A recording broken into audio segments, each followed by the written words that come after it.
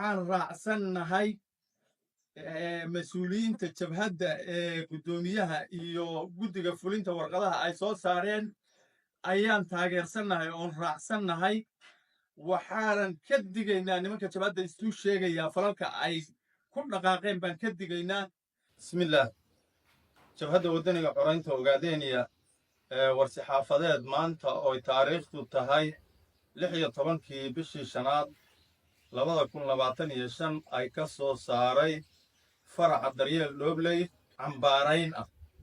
cambaarayntaas oo lagu cambaaraynhayo warqaddii ay soo saareen nimanka BB u tegey ku carqaladaynhaya ummaddii shacabkii reer Ogaadeniya inay hadda xiisad hor la geliyaan ayaan ku cambaaraynaynaa. inay faraha kala baxaan shacabka reer Ogaadeniya ee nabdoon ee roob ku daay inay hadda colaad horle ay ku huriyaan ayaan ku cambaaraynhaynaa warqadda ay soo saareen qolada BB u tagtay. qodobka labaad waa digniintaas oo ah inaan uga digayno qolada isku magacawday magaca jabhadda ee BB u tagtay. waxa weeye cagajuglayn iyo hanjabaad ku bilaabay shacabka reer Ogaadeniya iyaga oo hadda ka hor sheegan hayay in ay shacabka loo dhibaateeyey iyaga magacooda iyo halgankii ay ku jireen, in hadda iyaga oo ku jira shaqo gumaysi ay mar labaad iyagu dhibaateeyaan oo gacmahoodii iyo afkoodii iyo codkooda ku dhibaateeyaan ayaan uga digaynaa.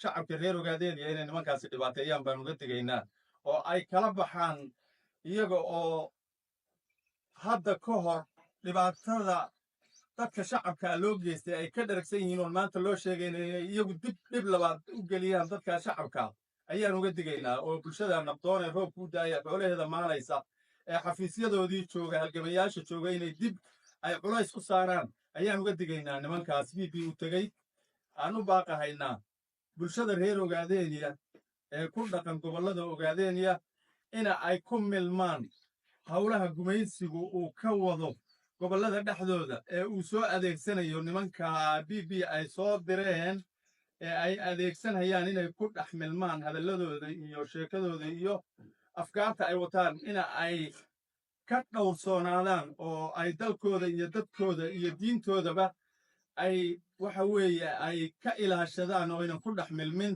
ayaan baaq u soo diraynaa oonu baaq u diraynaa. guntii iyo gabagabadii waxaan raacsannahay mas-uuliyiinta jabhadda ee guddoomiyaha iyo guddiga fulinta warqadaha ay soo saareen ayaan taageersannahay oon raacsannahay. waxaanan ka digaynaa nimanka jabhadda istuu sheegayaa falalka ay ku dhaqaaqeen baan ka digaynaa. intaasaa war-saxaafadeedku ka kooban yahay. wasalaamu calaykum waraxmatullaahi wabarakaatu.